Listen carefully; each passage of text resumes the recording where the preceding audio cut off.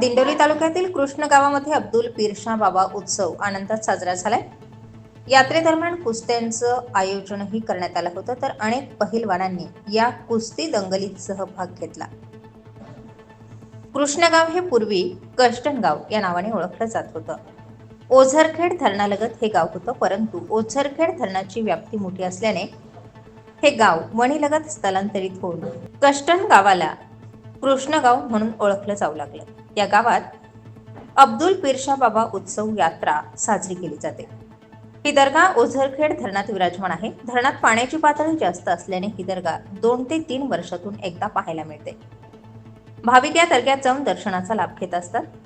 या दर्ग्याची स्थापना कृष्णगाव येथे केलेली असून दरवर्षी ग्रामस्थांकडून पारंपरिक पद्धतीने वणी ते दर्ग्यापर्यंत वाजत गाजत संदल काढून यात्रा फिरवली जाते।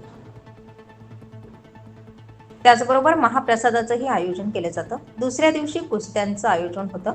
यावेळी पंचक्रोशीतील विविध पहिलवान या कुस्ती स्पर्धेत उपस्थित राहून आपली कला दाखवतात। या यात्रेला सर्व धर्म समभावाची भावना एकोप्यातून पाहायला मिळते।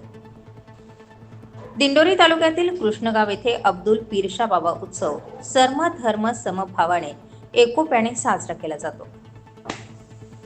स्टार 24 फास्ट न्यूज साठी माधव खाबिया सह सागर गांगुर्डे, नाशिक ग्रामीण।